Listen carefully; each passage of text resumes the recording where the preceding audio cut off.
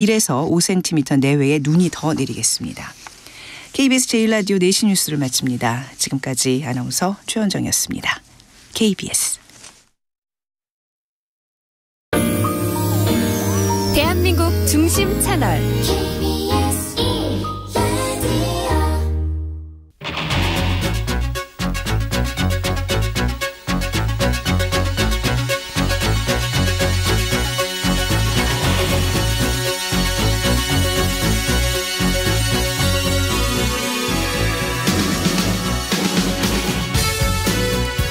안녕하십니까. 성기영의 경제쇼 아나운서 성기영입니다.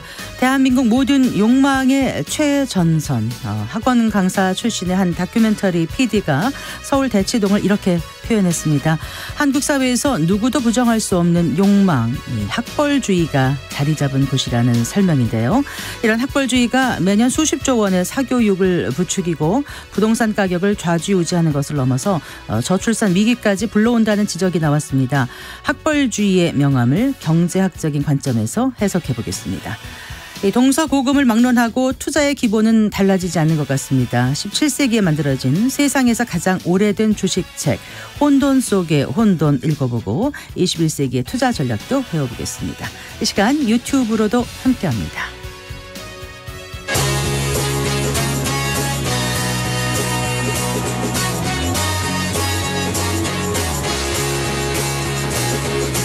경제 시야를 넓혀드립니다. 투자의 지름길을 안내합니다. 돈 되는 정보를 발견하는 시간. KBS 1라디오 경제쇼. 네, 먼저 기상특보 알려드리겠습니다. 오늘 4시를 기해서 동해시 평지 또 삼척시 평지 지역에 건조 경보가 발효됐습니다. 산행 전에 입산 통제해 주셨으면 좋겠고요. 또 등산로 폐쇄 여부를 확인하고 산불 위험이 높은 통제 지역에는 가급적 가지 않으셔야겠습니다.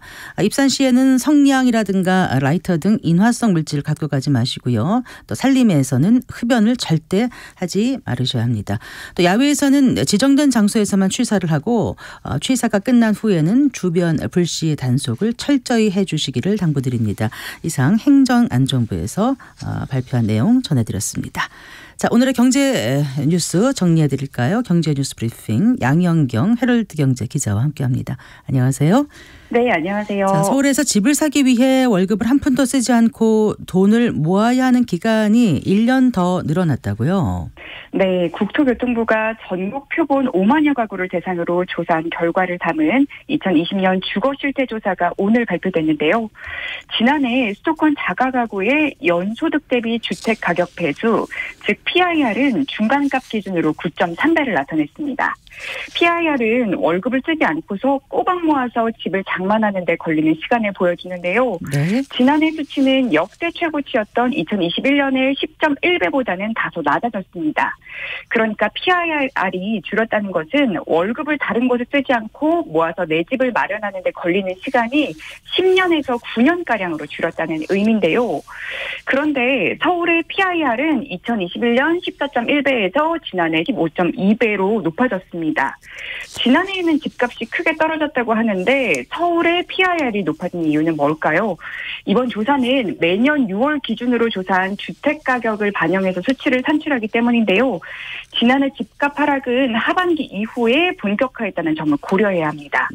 PIR이 서울 다음으로 높은 지역은 세종과 경기였고요. 전국 평균 수치는 6.3배로 2021년보다 소폭 하락했습니다. 네. 내 집을 소유한 사람들의 숫자가 통계 작성 이래 역대 최고치 기록했다면서요? 네, 맞습니다. 지난해 주택 자가 보유율은 61.3%로 2021년보다 0.7%포인트 높아졌는데요. 네. 주택 자가 보유율은 2006년에 관련 통계가 작성되기 시작한 이후에 역대 최고치를 나타냈습니다. 수도권과 광역시, 도지역에서 모두 올랐는데 특히 수도권의 자가 보유율인 55.8%는 14년 만에 최고치입니다. 생애 첫 내 집 마련까지 걸리는 기간은 7.4년으로 전년보다 0.3년 감소한 걸로 조사가 됐는데요. 이와 함께 주택 보유 의식 을 조사한 결과 전체 가구의 90% 가까이가 내 집을 보유해야 한다라고 응답을 했습니다. 이번 조사에는 임대 가구의 현황도 담겼는데요. 네. 지난해 임차 가구의 월 소득 대비 월 임대료 비중, 즉 RIR은 소폭 커졌습니다. 전국 기준 RIR은 16%로 월 소득의 16%를 임대료로 쓴다는 의미인데요. 네. 특히 수도권의 수치가 18.3%로 전년보다 커졌는데 3년 만에 증가세로 돌아섰습니다. 그 정부가 앞으로 30년 이상 된 노후주택은 안전진단을 거치지 않고 바로 재건축 절차에 착수하는 방안을 추진한다면서요? 네, 윤석열 대통령은 전날 서울 중랑구의 소규모 주택정비 관리지역 현장을 찾았는데요. 이 자리에서 앞으로는 재개발, 재건축 착수 기준을 노후성으로 완전히 바꿔야 될 것 같다면서 노후주택 정비에 대한 의지를 드러냈습니다. 이에 따라 정부는 새해 들어서 재개발, 재건축 규제 완화 대책을 발표할 방침인 것으로 전해졌는데요. 앞으로 30년 이상 된 노후주택은 안전진단을 거치지 않고 바로 재건축 절차에 착수하는 방안과 주택 재개발 진행을 위한 주민 동의 요건을 대폭 완화하는 방안 등이 검토되는 걸로 알려졌습니다. 현재는 주택 재건축을 하려면 우선 안전진단을 거쳐서 D에서 2등급을 받아야 하는데요. 네. 주택 안전이 상당히 위험한 수준으로 평가받아야만 재건축 추진위원회와 조합을 만드는 등 정식으로 재건축 절차에 착수할 수 있습니다. 새로운 대책이 나오면 노후주택이 많은 서울에서 변화가 나타날 것이란 전망이 나오는데요. 현재 서울 아파트 185만 호 가운데 30년 이상 된 아파트가 37만 호 정도로 제도가 개편되면 서울 아파트 5채 중에 한 채가량은 혜택 범위 안에 들어가게 됩니다. 네. 자, 그리고 총 20조 원 규모로 추정되는 홍콩 HGS 연계 그 주가 연계 증권에 대한 점검 회의가 열렸죠? 네, 금융당국은 오늘 홍콩 HGS 연계 주가 연계 증권, 즉 ELS 판매 현황을 점검하고 향후 발생할 수 있는 투자자 손실에 대한 대응 방안을 논의했는데요. 금융당국에 따르면 지난달 기준으로 HGS ELS 총 판매 잔액은 19조 3천억 원 수준이고 은행권에서만 판매된 잔액이 80%에 달합니다. 주로 HGS가 고점이었던 2021년 초 이후 발행된 ELS 상품들이 많은데요. 최근에 HGS 추이를 고려해보면 해당 발행물들의 만기가 도래하는 내년 초부터 투자자 손실이 발생할 가능성이 크다는 게 금융당국의 판단입니다. HGS는 지난 2021년 2월에 12,000선을 넘어섰는데요. 그해 말에는 8,000대까지 떨어진 뒤에 현재 5,000대에서 횡보하는 모습을 보이고 있습니다. 이 과정에서 시중은행들이 고위험, 고난도 상품을 고령자들에게 100% 이해시키지 않고 판매한 것이 아니냐는 불완전 판매 논란도 일고 있는데요. 네. 시중은행들은 손실 가능성이 커지자 HGS 연계 상품 판매를 중단한 상태입니다. 금융당국은 HGS ELS 손실이 현실화될 때 소비자 민원, 분쟁 조정이나 판매 금융회사에 대한 검사 조치 등에 유기적으로 대응하기 위해서 네. 금감원의 HGS 기반 ELS 투자자 손실 대응 TF를 설치, 운영하기로 했는데요. 지난해 11월 말부터는 판매자를 대상으로 판매 의사 결정부터 인센티브 정책, 영업점 판매 절차 등을 중점적으로 점검하고 있습니다. 네. 잘 들었습니다. 고맙습니다. 네, 감사합니다. 경제뉴스 브리핑 헤럴드 경제의 양현경 기자와 함께했습니다.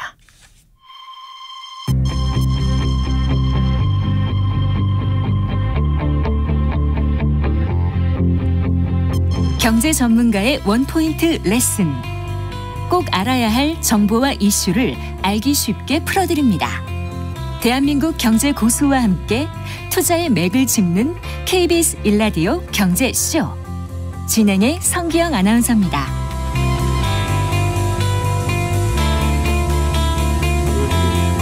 네, 4시 13분입니다. 공부를 잘하면 스카이 가고 성적 좋으면 의대 가려는 학벌주의, 의대 쏠림이 저출산의 원인이라는 지적이 나왔는데요. 의대 출신 경제학자입니다. 김현철 홍콩과학기술대 경제학과 교수 스튜디오에 모셨습니다. 반갑습니다. 네, 안녕하세요. 네, 김현철입니다. 안녕하세요. 네. 네. 홍콩은 학기가 몇 월부터 시작되는 거죠? 학기 이제 1월 말부터 시작합니다. 그럼 지금 방학 중에 지금 방학 한국에 중입니다. 들어오신 네네. 건가요? 네, 그렇군요. 그러면 한국에 와 계시면서 뉴스는 들으셨겠네요. 올해 수능 만점자가 서울대 의대를 가지 못한다. 네. 학부모들 사이에서 굉장히 이제 화두가 된 게 그러면 서울대 무슨 과를 갈까 했는데 연대 의대를 간다더라 이런 말도 있고. 당연한 얘기죠. 서울대 의대. 그래요. 서울대 의대부터 다 차고 나서 그 다음에 다른 거 가잖아요. 그러니까 요즘 현상으로서는 당연하다 그렇죠. 이런 표현이셨는데, 그렇죠. 서울대 의대 그 전형 기준을 못 맞췄다더라. 그래서 의대를 갈 것 같다. 다른 학교 이런 얘기를 막 하는데. 참 어떻게 보면 당연하다는 표현이 조심스럽다는 생각이 들어서 제가 왜 당연하다고 제가 말씀드리냐 하면요. 이게 개인이 좀 안타까운 일이죠. 안타까운 일이지만 당연한 건데 그게 왜 그러냐 하면은 개인의 입장에서는 학부모의 입장에서는 이게 굉장히 자연스러운 결정이라고 말씀드리고 싶은 거예요. 왜냐? 왜냐? 의사가 되면은 다른 직종에 비해서 훨씬 더 많이 벌고 은퇴가 또 없으시니까 딱히 은퇴 연령도 없으시니까 오랫동안 많이 버시기 때문에 의대를 가면은 이제 내 자식이 평생에 걸친 소득이 압도적으로 다른 전공에 비해서 높단 말이에요. 평균적으로. 그렇죠. 그러면 학부모의 입장에서는 이것이 굉장히 당연한 결정이라고 말할 수가 있는 거고요.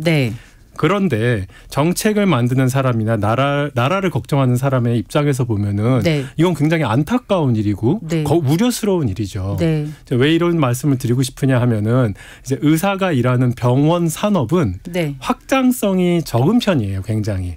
이제 내수 시장 위주인 거죠. 우리나라에서 의사들이 이제 외국인 진료하는 비중이 별로 안 되고 수출도 없는 거잖아요. 성형외과라든가 일부 굉장히 진료고 하는 또 외국에서 오긴 하지만 그래도 아주 적은 편이죠. 그러나 이제 공대 혹은 기술 이런 것들은 이제 산업으로 발전하고 수출할 수 있고 해외 확장성이 있고 그래서 낙수 효과도 압도적으로 크거든요.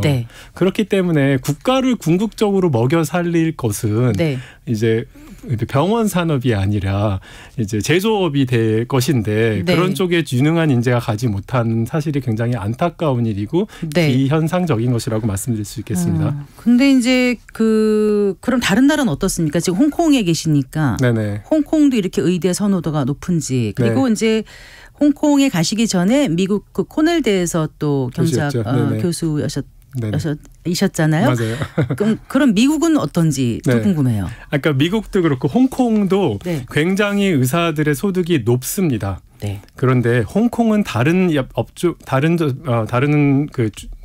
전공에 비해서 우리나라처럼 이제 의사가 압도적으로 돈을 많이 벌고 그래서 다들 의대에 못 가서 안달인 건 홍콩도 똑같고요. 똑같아요. 미국은 의사들 돈이 많이 벌지만 또 다른 업종들도 돈을 많이 버는 그와 유사하게 버는 업종이 있거든요. 그래서 미국은 의대 쏠림이 요거보다는 훨씬 덜하죠. 자, 교수님께서 근데 이제 경제학과 교수신데 의대 출신이시잖아요. 제가 의사 출신이니까 또 이런 소리 좀 자신 있게 얘기할 수도 있는 것 같습니다. 그래서 연대 의대 96학번이시고 졸업을 하셔서 의사 활동을 잠깐 하셨어요? 그랬죠. 그 보건소에서 환자 봤죠. 응급실에서도 일하고. 그리고 그런데 갑자기 어떻게 경제학자로 변하신 거예요? 이 질문 제가 이제 굉장히 인생 살면서 많이 받았는데 연봉이 이제 혹은 제 소득이 많이 줄어들 수 있는 그런 결정이기도 한 거잖아요. 그런데 제가 이제 사람이 꼭 떡으로만 사는 게 아니라 보람도 있으니까 이제 그렇게 결정한 건데 어떤 일이 있었냐 하면 되게 의사로 살면 멋지고 내가 저 외과 의사 되고 싶었거든요. 내 평생에 걸쳐서 몇 명이나 사람을 살릴 수 있을까 한번 생각해 봤어요. 하루에 한 명씩 암 수술해서 한 명씩 살리면 1년에 300명. 10년 하면은 3,000명. 한 5,000명, 6,000명 살리면 굉장히 많이 살릴 수 있다는 생각이 들었고요. 그런데 나쁜 경제 정책이 몇 명이나 죽일 수 있을까요? 그건 무슨 말씀이세요? 죽이기까지? 경제 정책이 굉장히 나빠져서 예를 들어 우리나라 IMF 사태가 터져서 그래서 IMF로 인해서 더 많이 고통당하시고 그래서 수명이 줄어서 그렇게 추가적으로 돌아가신 분들이 얼마나 많을지 상상도 전 잘 안 되거든요. 5,000명 이상이죠. 비근한 예를 들어서 차이니스 패민 1960년대에 중국 정부가 정책을 잘못해서 100만 명이 굶어 죽었거든요. 경제 정책은 수백만 명을 굶어 죽게 만들 수 있고 한 나라를 골로 보낼 수도 있는 일입니다. 역으로 말하면 네. 경제 정책에 좋은 기여를 하면은 사람을 많이 살릴 수도 있는 거잖아요. 네. 네, 그래서 네. 경제학 시작했습니다. 네. 이 말씀 중에 이제 의사도 네. 당연히 네. 의술, 인술이고 사람의 생명을 다루고 사람을 많이 살린다는 거는 여전히 변함이 없다는 사실은 말씀드리고 넘어가야 될 것 같아요. 아까 보람이란 표현하실 때 네네. 의사에서 경제학자로 가실 때 이제 보람이란 표현을 하셨는데 마치 의사는 보람이 없는 것처럼 혹시 느껴질까 봐 제가 그냥 전혀 아닙니다. 네, 굉장히 보람 있는 직업입니다. 네. 아 그래요. 그래서 네네. 이제 교수님 그렇게 이제 그렇게 해서 경제학자로 이제 변모를 하신 건데 네네. 그러면서 이제 우리 사회의 네네. 어떤 그 현상을 뭐라 그럴까요? 그 실증주의 경제학적인 그 차원에서 이제 접근을 많이 하셨다고 이제 들었거든요. 네. 실제로 그러면 그 학벌주의라는 거, 네. 그러니까 이렇게 뭐 의대를 선호한다든가 이런 게 네네. 이제 저출산을 불러온다. 네네. 이 상관관계를 이제 말씀을 하셨는데, 예, 그게 어떻게 실증 뭐 이렇게 좀 어떻게? 예. 네네. 그 사실 제가 얼마 전에 이제 그런 발언을 한 적이 있었습니다. 네. 저출산 대책위원회에서 이제 말씀을 드렸는데요. 저출산의 원인은요. 그 제가 학벌주의를 얘기했지만 그 이제 한 가지만 있는 것이 아니라요. 네네. 대표적으로 다면적인 문제입니다. 네. 뭐 하나만 해결해서 되는 게 아니고요. 그렇죠. 뭐 예를 들어서 사람한테 족쇄가 한 5개, 6개 채워져 있다고 생각해 보면은 네. 그 중에 족쇄를 1개 풀어준다고 해서 네. 달리기를 할 수 있는 게 아니잖아요. 자유롭지 않죠. 당연히 아니겠죠. 저출산 문제는 뭐 주거 문제, 육아 문제, 그 다음에 이런 그 교육 문제, 뭐 정말 다양한 문제들이 하나로 묶여져서 나오는 결과이기 때문에 네네. 하나만 풀어준다고 해서 되는 건 아니지만 네. 그 족쇄 중에 가장 중요한 족쇄 중에 하나가 아마도 교육 문제가 아니겠는가라고 네네. 말씀드린 것이고요. 네. 그 교육 문제의 핵심이 뭐 이제 학벌주의라고 말씀하셨는데 이게 무슨 얘기를 하고 싶은 거냐 하면요. 노동시장에서의 보상이 네. 그러니까 내 임금이 네. 내가 벌 수 있는 돈이 학벌에 따라서 어느 대학을 나왔는지에 따라서 네. 달라지는데 어느 나라든지 좋은 대학 나오면 돈을 더 많이 법니다. 네. 그런데 그 기울기가 네. 그러니까 좋은 대학 나오면 나올수록 돈을 더 많이 버는 정도가 네. 급격하면 급격할수록 좋은 대학에 가고 싶겠죠. 네. 다들 좋은 대학 가서 난리가 나는 거겠죠. 그것이 우리나라가 상당히 높기 때문에 네. 다른 나라에 비해서 이러한 일들이 더 많이 벌어진다. 교육 문제가 모두 다 어떻게든 좋은 대학 가고 싶어요. 그래서 기울기가 가파르게 올라가서 네. 그게 저출산하고 어떻게 연결이 된다는 말씀이시죠? 그렇죠. 그렇게 기울기가 이제 급격하게 올라가면은 네. 누구든지 그 끝으로 가고 싶은 욕망 때문에 네. 이제 사교육부에도 엄청나게 돈을 많이 쏟아붓는 거고 네. 그만큼 경쟁도 훨씬 더 치열해져서 행복하지 않은 것이고 네. 그런 문제들 때문에 나는 이렇게 지나친 경쟁 사회, 네. 이렇게 사교육비로 많이 드는 이런 나라에서 애를 낳고 싶지 않다. 우리 아이가 그런 경쟁 지옥에 가는 것도 나는 원하지도 않고 그렇게 쓸 자신도 없고 하니까 네. 애초에 출산을 포기하고 그 전 단계인 결혼까지도 포기할 수 있다. 이런 표현 말씀이신 그런 말씀입니다. 네. 아 그래요. 정의가 좀 되시는지 모르겠습니다. 충분히 많이들 동의를 하실 것 같아요. 네네. 그런 중요한 이유 중에 하나이다. 네, 그런 이유 중에 하나이다. 저출산 네네. 문제를 야기하는 원인 중에 하나다. 네네. 그런데 또 고소득층과 저소득층 학생 간의 학력 차이가 네. 한 세기 정도 이어질 것이다. 한 세기면 100년 아니에요? 그런 뭐 암울한 전망까지도 내놓으셨는데요. 좀 어떤 말씀이셨어요? 네. 제 논문을 보셨는지 모르겠는데 요약된 거를 좀 읽어봤습니다. 네네. 제가 최근에 어떤 연구를 했냐면요. 이제 우리나라 이제 교육 불평등이 어느 나라에나 있고 우리나라에도 존재하는데 코로나 기간에 이게 특별히 더 심화됐습니다. 네. 제 최근 연구인데요. 코로나 기간에 이제 학교를 문을 닫았잖아요. 네. 학교를 문을 닫으니까 학생들이 이제 집에서 있게 되었는데 주로 네. 이제 온라인 교육을 받았는데 잘 아시다시피 온라인 교육을 받으면 내가 학교에 있는 것만큼 충분한 집중을 하고 뭐 이러지 못할 거잖아요. 아무래도 그렇죠. 그렇죠. 네. 그랬을 때 공부 잘하는 애들은 네. 비교적 거기에 잘 따라왔어요. 그리고 이제 부모가 잘 돌보기도 하고 네. 그랬는데 공부 원래 좀 못하고 힘들었던 애들은 완전히 낙오돼 버렸거든요. 네. 그래갖고 이 격차가 예전에 코로나 시절에 그 예전에 비해서 훨씬 더 이제 많아졌습니다. 네. 근데 이렇게 한번 생긴 교육 격차는요. 이게 평생 간다는 얘기를 듣는 게 왜냐하면 노동시장에서의 보상이 달라지는 거잖아요. 네. 노동시장에서의 보상은 그 친구가 고등학교를 졸업한 이후 40년, 50년 이어지는 거잖아요. 네. 그래서 제가 한 세기 이상 갈 것이다. 왜냐하면 그분들이 또 자식한테도 또 이어지는 거기 때문에 네. 이렇게 그 코로나 기간에 교육 불평등이 가속화된 것을 교육 당국은 또 교육 당국뿐만 아니라 우리 정부가 힘써서 이제 좀 네. 보충해야겠다 이런 네. 말씀을 드리고 그럼 싶습니다. 코로나 기간에 공부를 잘한 학생과 못한 학생은 잘한다는 것은 옆에서 누군가가 많이 이제 돌봄을 해준다는 거고 교육 돌봄을 네네. 못한다는 거는 그럴 기회가 없는 저소득층일 확률이 높다는 전제로 지금 말씀을 하신 건가요? 네, 그렇고요. 네, 네. 그렇고 결과는 네. 연구 결과는 공부 잘하는 애들 중간 이상인 애들은 오히려 잘해지고 네. 못했던 친구들은 현격하게 더 나빠졌더라. 이런. 그게 이제 데이터가 있나 보죠. 네네, 그런 연구를 제가 최근에 발표한 적이 있습니다. 알겠습니다. 그거를 어떻게 했는지는 제가 시간상 다 여쭤보지 못하고 결과는 네네. 그런 결과를 얻었다 이런 말씀이시고요. 네네네. 그런데 이제 학벌이라는 것조차 네네. 본인이 열심히 한다고만 되지 않는다는 것, 즉 개인의 능력보다는 환경에 영향을 받는 경우가 많다. 이거를 최근 발표하신 그 저서 경제학이 네네. 필요한 순간. 네네네. 네. 네. 거기에서 강조를 하신 걸 알고 있는데 네, 맞습니다. 그 얘기 조금 더 해주세요. 네, 제 책의 제 경제학이 필요한 순간 1부 1장이 네. 사람의 성취가 어떻게 결정되는가입니다. 네. 성취라 하면 이제 교육 성취도 있을 수 있고 임금도 있을 수 있는데요. 제가 주로 이거 두 개는 굉장히 밀접하고요. 네. 이제 주로 임금에 이제 집중해서 말씀을 드렸는데요. 이 성취의 절반은 태어난 나라에 의해서 결정됩니다. 그러니까 네. 어느 나라에 태어났는데 그 나라의 1인당 평균 GDP하고 네. 불평등 지수 이게 딱 두 개만 가지면 네. 그 사람의 소득의 50%가 예견이 됩니다. 그것도 다 실증을 하신 그게 다 거죠? 실증이 되어 있는 거죠. 네, 네네. 50%. 네, 그게 이제 50%고요. 네. 그 다음으로 중요한 것은 이제 DNA거든요. 유전. 네. 근데 이제 이 유전은 누가 주냐면 부모가 주잖아요. 네. 부모가 주는데 부모가 DNA뿐만 아니라 어릴 때 양육 환경까지 주잖아요. 네. 그래서 이제 이 두 가지의 부모가 이걸 둘 다 주기 때문에 이 두 네. 개를 구분하기가 굉장히 어려워서 어떤 연구가 있냐면 입양된 친구들하고 네. 친자녀하고 그러니까 친자녀는 둘 다 받았고 네. 입양된 친구들은 DNA를 받지 않고 이제 환경만 받았잖아요. 그렇죠. 네. 그래서 요 두 개를 이렇게 이제 파셜 아웃한다고 표현하는데 이렇게 딱 DNA의 효과만 구분해서 알 수가 네네. 있습니다. 그렇게 해서 밝혀낸 게 네. 이제 30% 정도는 30% 사람의 성취는 네.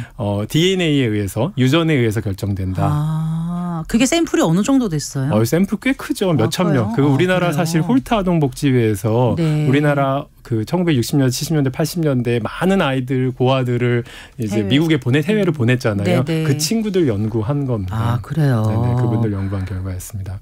자, 그러니까 나라가 50%, 부모가 DNA가 30%, 그다음에 부모가 주는 어릴 때 환경이 아무리 못해도 한 10%. 네. 그러니까 최소한 8할은 제가 운이라고 표현한 건데 네. 태어난 나라와 태어난 자기의 DNA를 결정하는 사람이 없잖아요.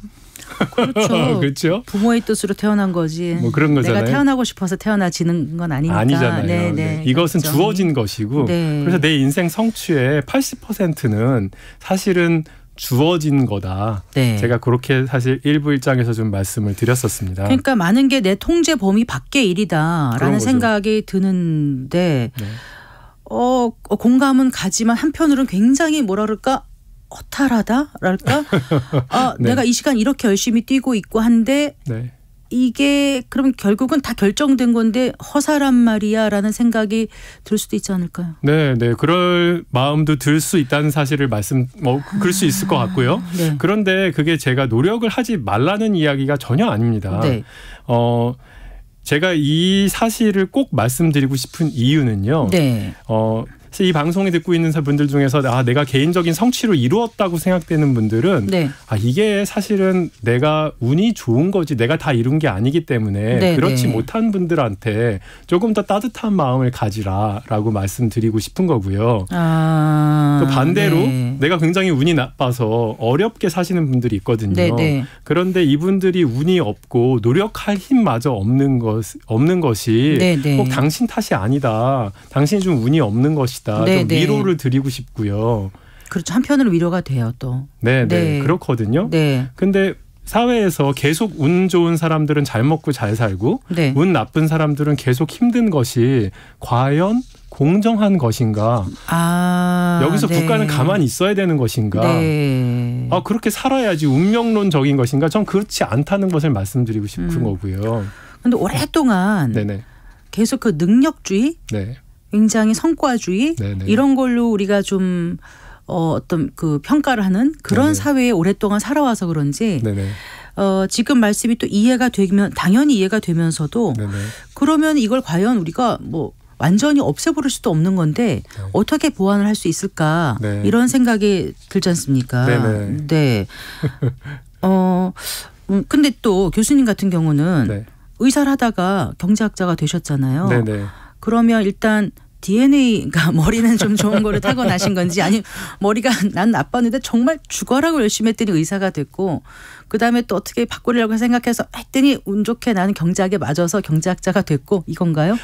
그러니까 사실은 완전 타고난 거죠. 네. 타고난 부분이 굉장히 많고요. 부모님이 양육 환경을 좋게 주신 거죠. 네. 그래서 제가 이제 의사로서 경제학자로서도 살아가고 있는데 네. 그렇게 될 수 있었던 거는요. 대한민국이라는 나라에 태어났고 네. 부모님께 뭐 감사하게도 좋은 유전자 받았고 네. 양육 환경이 좋아서 네. 제가 어릴 때 많은 성취를 이룰 수 있었던 것이고요. 네. 의사가 되었던 경제학자가 되었던 간에 저의 인생의 성취가 뭐 그렇게 많이 달라졌겠습니까? 비슷비슷한 거라고 저는 생각이 들고요. 이런 것이 제가 막 또 죽어라고 노력했죠. 굉장히 네. 노력했는데 네. 이런 노력하는 힘조차 네.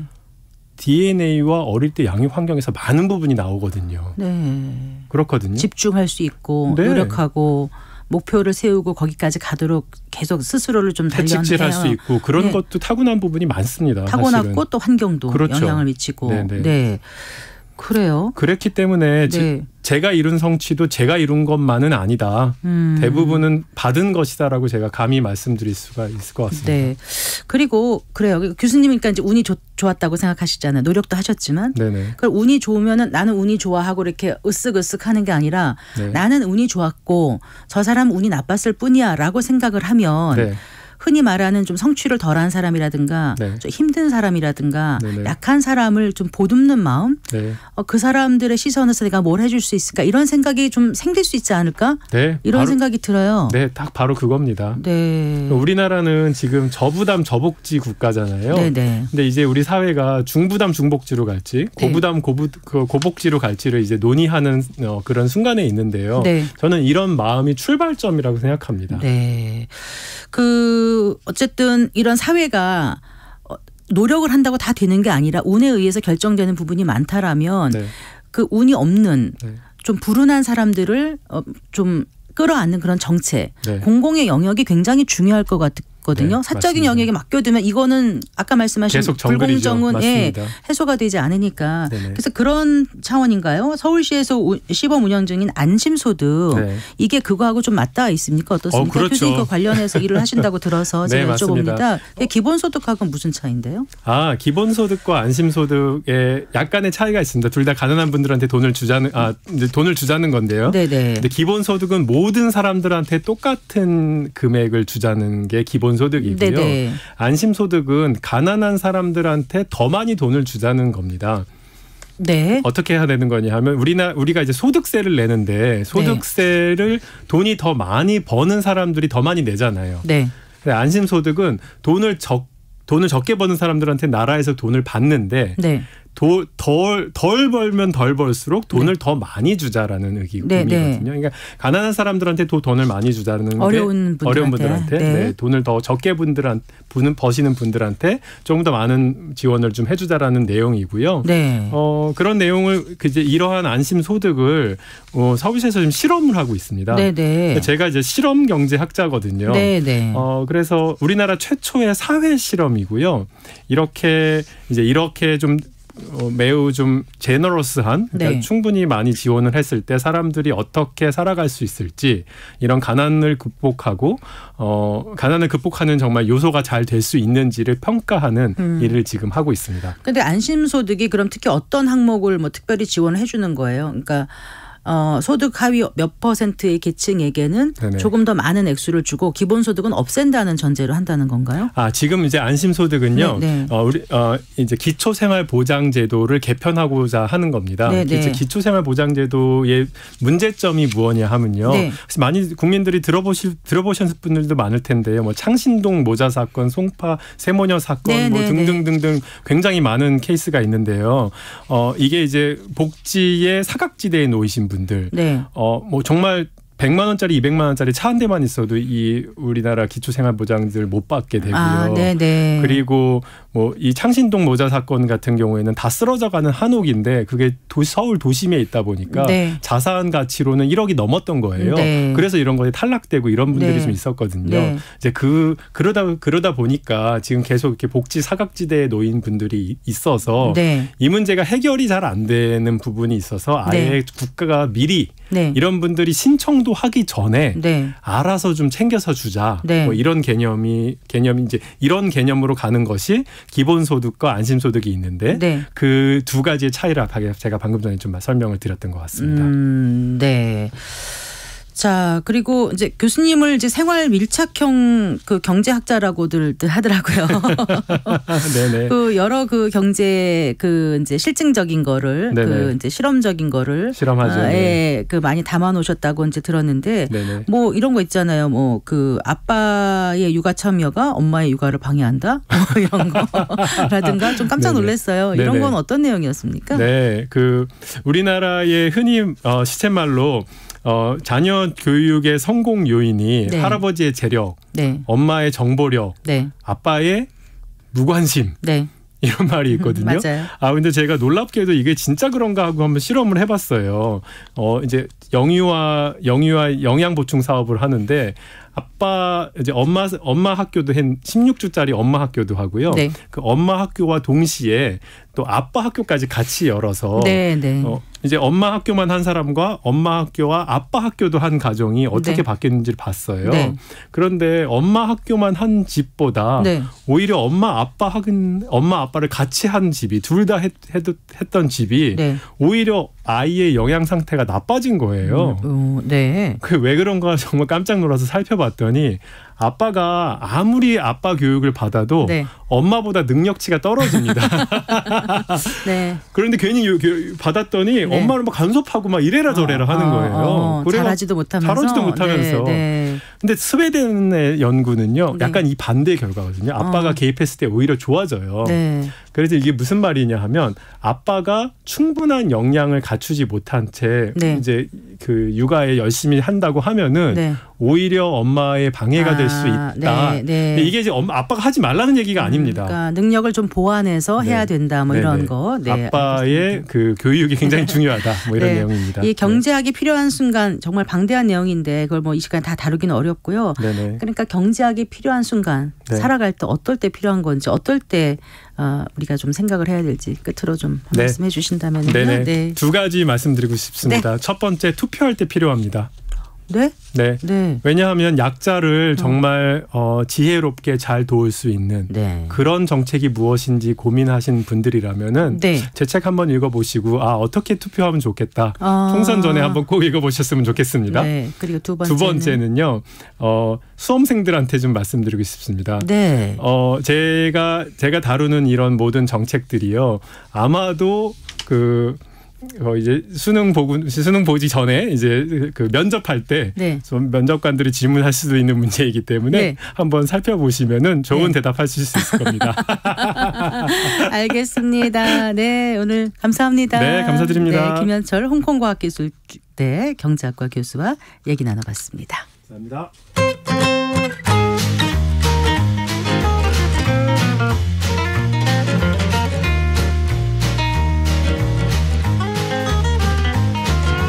경제 맛집 투자 핫플. 지금은 돈 벌기 딱 좋은 시간. KBS 1라디오 경제쇼.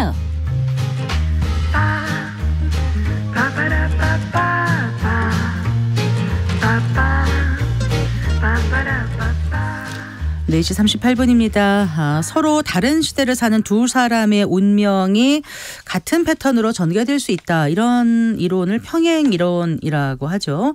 자, 그렇다면 17세기의 주식 책이 21세기의 투자 지침서가 된다면 이것을 주식 책의 평행 이론이라고 해도 될까요?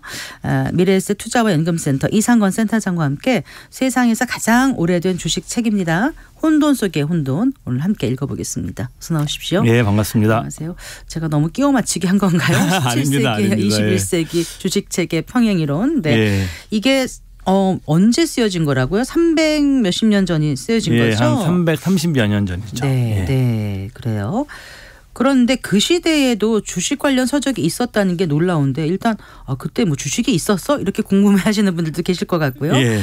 이 책의 저자가 조셉 드라베가. 조셉 드라베가. 예. 네. 어떤 인물인지 좀 먼저 소개해 주세요. 이 사람 유대인이에요. 네. 예, 또 설명드리겠지만 세계 최초의 주식회사가 네덜란드 암스테르담에 있었습니다. 그 주식이 거래가 됐던 거를 시대상으로 해서 쓴 책이에요. 네. 이 사람 유대인인데 유대인들의 유럽의 이제 유대인들은 크게 두 부류로 나누어져요. 하나는 이베리아 반도 출신들, 그 세파르딤이라고 그러고, 그 다음에 뭐 폴란드라든가 러시아, 우크라이나 이쪽에 이제 있는 유대인들 아슈케나지라고 그럽니다. 유명한 클래식 피아니스트 중에 에슈케나지가 있잖아요. 네네. 그 사람도 이제 그쪽 계통 유대인인 거죠. 그 동유럽죠. 이름을 보면 알 수 있죠. 네네. 그러니까 이 유대인들이 왜 이런 주식 같은 거를 일찍 하게 됐냐면은. 이들은 길드에도 못 들어가죠. 그 중세에 이제 우리가 그 장사하는 사람들 조합이 길드잖아요. 네네. 거기에 못 들어가고 뭐 소매업도 못 하고 행상도 못 하는 차별을 받습니다. 그러니까 이 사람들이 주로 또 성경에서 이자를 주고 받지 말라고 그랬으니까 그것도 못 했으니까 네. 이들이 했던 직업들이 어떤 거냐면은 기존 주류 세력들이 하지 않는 직업들. 네. 환전. 그다음에 뭐 대금업, 대부업. 네. 그다음에 뭐 무역업. 네. 또 암스테르담이 무역의 도시니까 여기서 이제 이들이 이베리아 반도 출신이죠. 이 사람이 그쪽 이주했던 그 사람의 자손인 거죠. 이 사람은 이 사람은 원래 이제 랍비가 되려고 했었대요. 근데 랍비라는 게 유대인 사회에서는 가장 똑똑한 사람들이 공부를 많이 하는 사람들이 우리는 의사가 되지만 유대인 사회에서는 랍비가 되는데. 랍비가 되랬지만 우리 나중에 사업을 하게 되고 틈틈이 시간 날 때 소설이나 철학에 관한 책을 썼었고요. 네.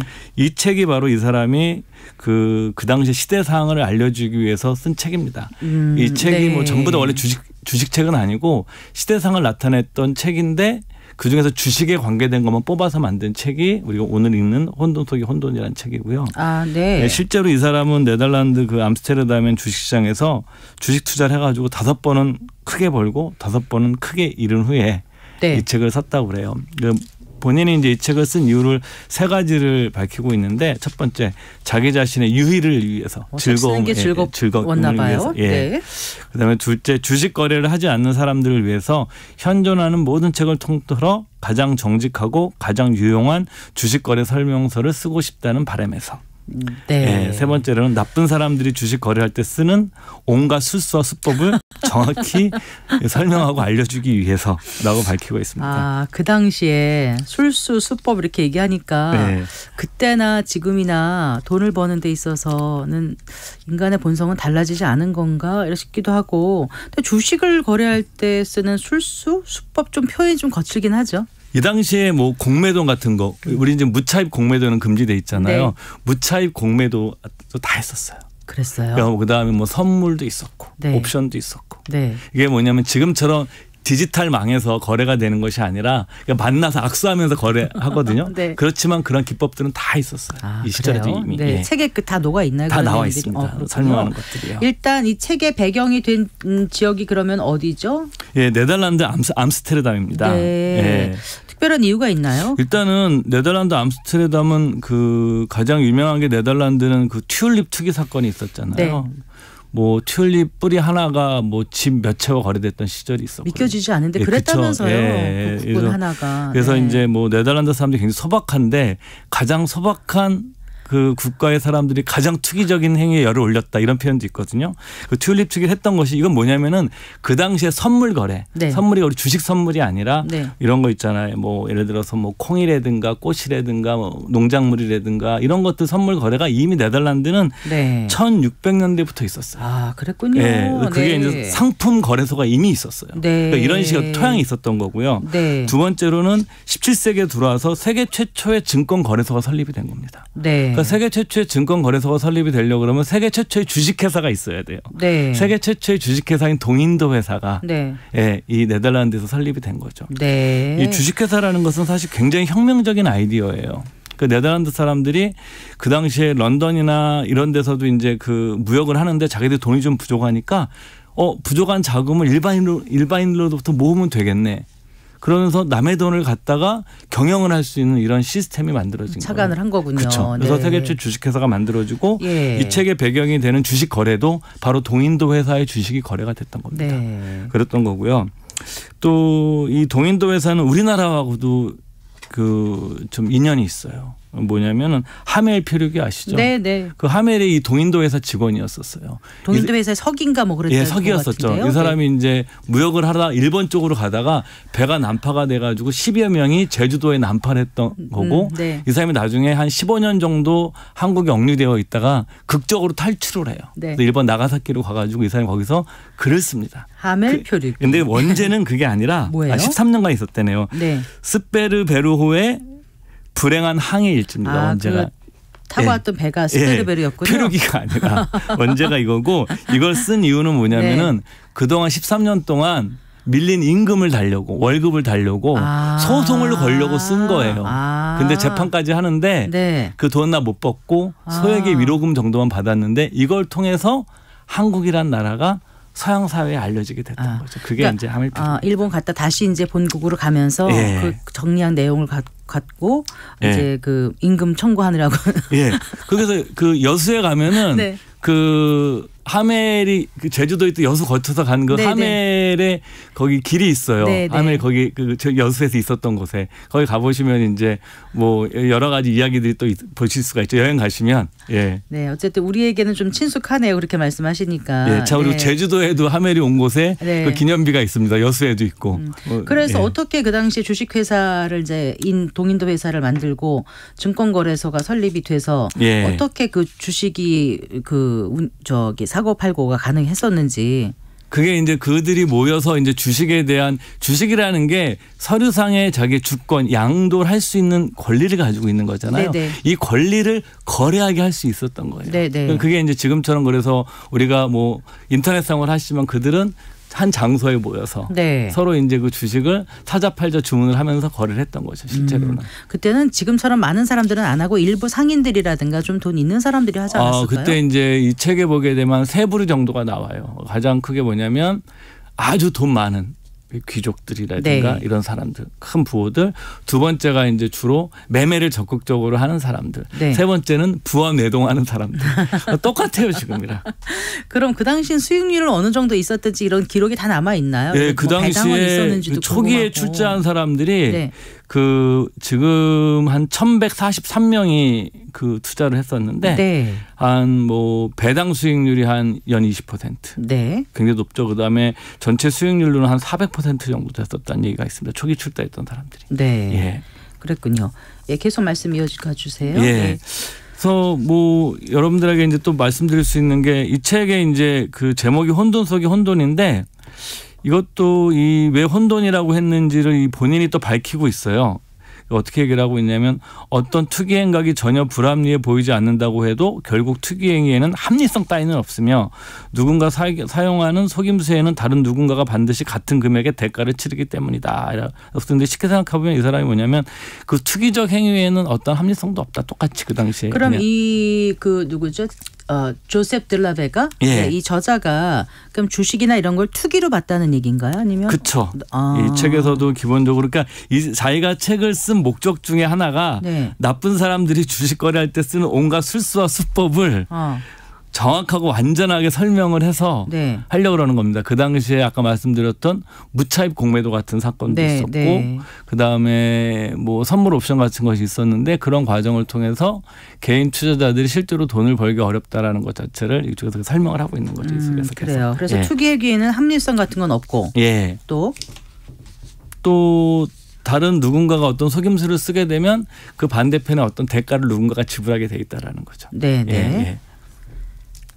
뭐 그런 얘기들이 쓰여져 있고 또 이 책을 굉장히 좋아했던 인물이 앙드레 코스톨라입니다. 많이 아시잖아요. 우리나라에서도 앙드레 코스톨라니 그 독일 증시에 살아있는 전설이었는데 이 사람을 굉장히 이제 많이 그 좋아하시는 분들이 많은데 앙드레 코스톨라니가 이 책을 초판본을 너무 사고 싶어가지고 경매에 들어갔다가 일본 사람이 경매에 낙찰되는 바람에 경매를 못 사서 되게 아쉬워했다는 안타까움이 있는데 혼돈 속의 혼돈을. 예. 그래서 이제 코스톨라니가 이 책을 가지고 이런 얘기를 하고 있습니다. 어떻게 소개를 하고 있냐면 어느 시대에나 증권 분석가와 기자들은 주식시장이 갈수록 더 불투명해진다고 말한다.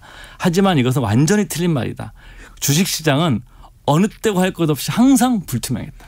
항상 불투명했다. 네. 그렇다면 만약에 불투명하지 않다면 그것을 주식시장이라 할 수가 없다. 그러니까 이미 300여 년 전에 조셉 드라 베가는 주식시장을 혼돈 속의 혼돈이라고 표현하지 않았던가. 그러니까 소위 말해서 우리가 주식시장이라는 것 자체가 불확실성의 세계가 지배하는 공간이라고 이제 얘기를 하고 있고 네. 앙드레 코스톨라니나 조셉 드라 베가도 이제 그런 얘기를 하고 있는 거죠. 네. 예. 이 책이 대화체로 쓰여져 있습니까? 예, 맞습니다. 예. 이 책에는 이제 3명이 나오죠. 뭐 그 투자자가 나오고 투자자가 나오고 뭐 상인이 나오고 철학자가 나옵니다. 네. 이 3명의 대화체로 쓰여져 있는 책이죠. 예. 그래요.